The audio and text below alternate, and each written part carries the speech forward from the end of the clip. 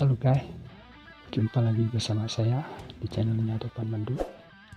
Nah guys, di video kali ini kita akan mereview seperti biasa guys. Kita akan mereview sebuah video tentang hubungan Aceh dengan Malaysia. Bagaimana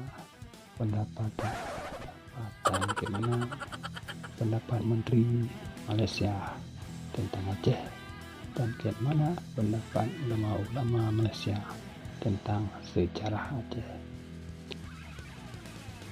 Nah guys, sebelum kita melanjut videonya, jangan lupa subscribe dulu guys, karena subscribe itu gratis. Subscribe dulu. Oke ya. Iya.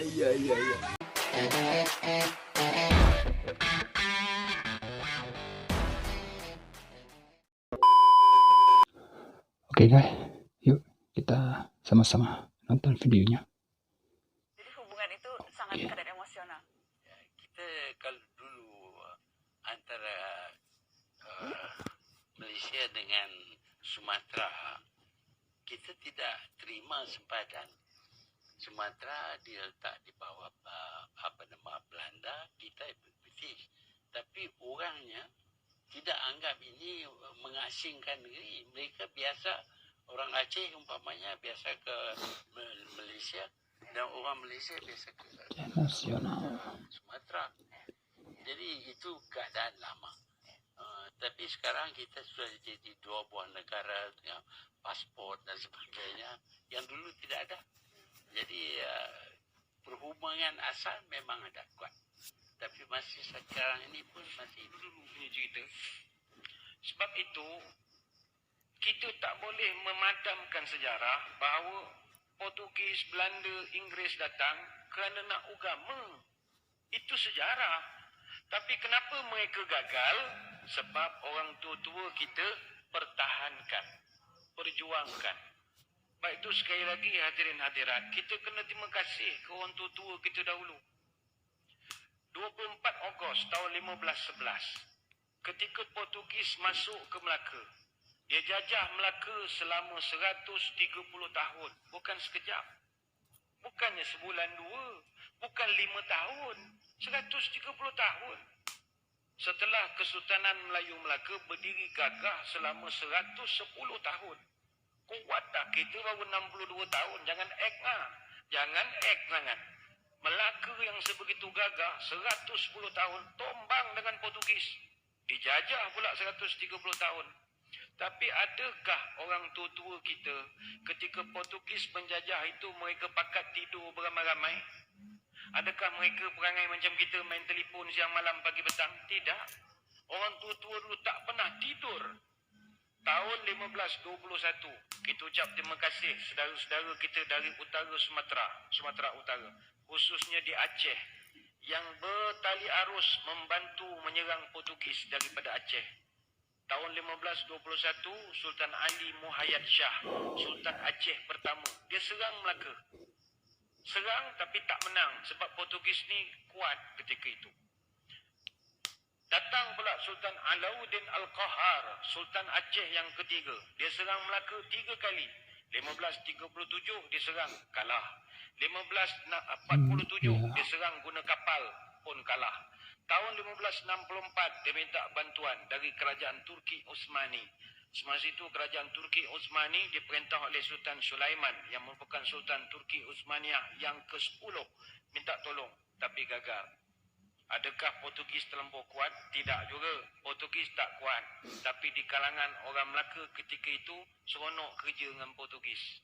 Jadi dia orang dah dapat gaji, ada allowance, ada pangkat, ada apa. Dia orang pula mempertahankan Portugis siang malam pagi petang. Jadi Portugis main wayang sajalah. Orang-orang kita yang berlawan sesama kita. Kemudian Sultan Ali Riayat Shah, Sultan Aceh yang ke-9, serang Melaka 3 tahun berturut-turut. 1573, 1575, 1577. Tapi tak menang, pembelot ramai. Sambung balik di Sultan Iskandar Muda, Sultan Aceh yang ke-12. Dia serang 2 tahun, 1615 dengan 1638. Hasil daripada serangan demi serangan bertali arus, akhirnya Portugis lemah. 1641 Belanda datang. Bila Belanda datang, orang Aceh dah penat. Penat dah menolong. Saya dah pernah menolong. Orang tempatan masih lagi seronok dengan baju uniform, dapat apa komen seronok, dapat jadi pegawai kerajaan, jadi orang pencen. Tak ada berjuang melawan Belanda dah. Belanda datang tahun 1641, kita ucap terima kasih lah kepada saudara-saudara kita dari Makassar, Bugis. Orang Bugis yang banyak menolong kita. Orang Belanda datang jajah Melaka Johor berapa tahun? 183 tahun. 183 tahun. Datanglah orang Bugis tahun 1782 sampai 1784, yang itu memang serang habis-habisan. Maka dicatatkan dengan tinta emas dalam sejarah negara. Muncullah satu orang pahlawan terbilang, marhum Raja Haji Fi Sabilillah Ibni Daing Celak, yang digelarkan marhum Teluk Ketapang. Bagi tuan-tuan di Selangor, kena kenangkan marhum Raja Haji Fi Sabilillah. Apa sebab? Dia ni yang di Pertuan Muda Kesultanan Johor Riau Lingga yang keempat. Dia Tengku Mahkota Raja Muda. Dan dialah abang kepada Sultan Selangor yang pertama. Sultan Selangor yang pertama namanya Raja Lumu bin Daing Celak. Raja Lumu ni ditabalkan dengan nama Sultan Salahuddin Shah, memerintah Selangor 1745 sampai 1778. Kenapa adik dia yang jadi raja? Abangnya mangkat awal. Kenapa abangnya mangkat awal? Mangkat di Kota Melaka 19 Jun tahun 1784. Umur baru 57 tahun. Ketika jenazahnya ditemui, tangan kanannya memegang kitab Dalailul Khairat, tangan kiri memegang badin. Dia lawan Belanda sampai ke Kota Melaka. Tapi akhirnya gugur menjadi seorang syahid. Kenapa mereka ni berjuang berhabis-habisan? Nak pastikan orang putih, jangan kau nak tukar agama cucu cicit aku. Itu aja. Itu dia dari Makassar, apa kena mengena dengan Melaka? Ukhuwah Islamiyah. 1786 Inggeris datang ke tanah Melayu. Mula-mula dia datang masuk ikut Pulau Pinang. Dia masuk Pulau Pinang, dia tukar habis sejarah Pulau Pinang.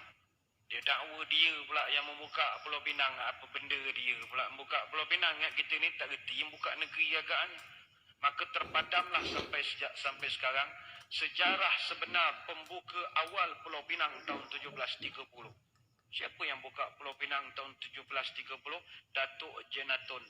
Datuk Jenatun ni atau nama sebenarnya Jenan bin Rajo Labu bin Rajo Gandam bin Rajo Manguyang, dari Gunung Sahilan bin Rajo Kuoso bin Rajo Bakilap Alam Bertegak Gelar Tunku Bagaiwang yang pertama, Raja Alam Minangkabau. Mak dia putih sangat Indo Dunia. Orang Pagaru Yuang, orang Sumatera yang membuka Pulau Pinang. Tapi sejarah itu dipadamkan dengan kemasukan Inggris. 88 tahun kemudian dia tipu pula orang Melayu tahun 1874 menerusi perjanjian Pangko yang penuh dengan muslihat. Akhirnya orang putih jajah negara kita berapa tahun? Bukan 10 tahun, 117 tahun. Tapi adakah nenek moyang kita tidur? Tidak. Bangkit satu persatu, Dol Said, Rentap, Mat Saleh, Maharaja Lela, Tok Bahaman, Tok Janggut, Haji Abdul Rahman Limbung, dan senarai itu begitu panjang sekali. Apa rasional mereka berjuang? Allah. Sebab itu orang tua-tua wujudkan satu perkataan namanya merdeka. Merdeka ini simbolik daripada huruf mim, ro, dal, ya, kaf, alif. Merdeka. Mengikut Rasul dan yakin kepada Allah.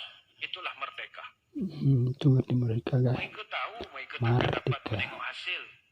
Tapi kalau mereka tak berbuat sesuatu, malam ini mustahil boleh azan 5 kali sehari di bumi Selangor Darul Ihsan.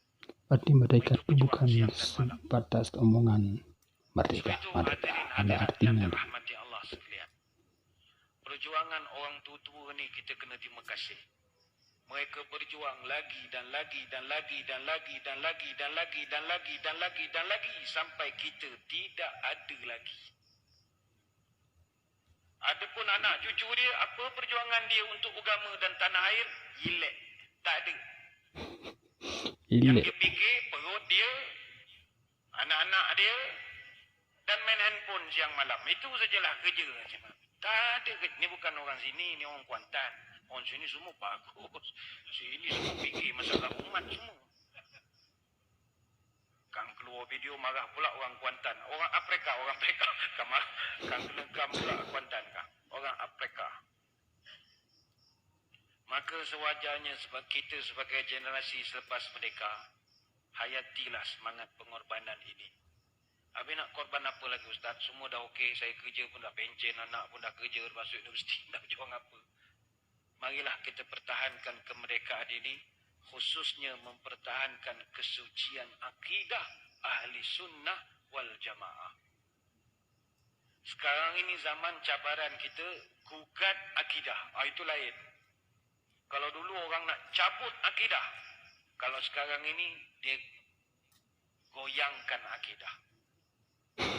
Inilah perkara yang pernah disebut oleh baginda Nabi SAW. Badiru bi'amal fitanan qartita'il layl muslim. Jadi begitulah guys, hubungan Aceh dengan Malaysia. Jadi sangatlah erat. Hubungan Aceh dengan Malaysia itu erat sampai sekarang. Sampai tuan Aceh yang disebutkan Aceh Malaya. Aceh Malaya. Jadi di Malaysia itu ada kampung Aceh. Pokoknya Aceh dengan Malaysia itu dari dulu sampai sekarang itu seperti saudara. Nah ya,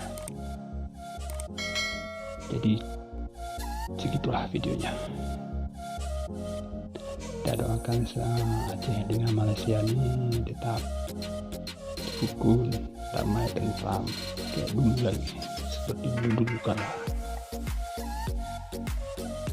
Nah guys, sebelum kita mengakhiri videonya, alangkah baiknya kalian tuh subscribe dulu, like, share, dan komen. Oke guys, karena subscribe itu gratis guys, jangan lupa subscribe. Oke guys, assalamualaikum warahmatullahi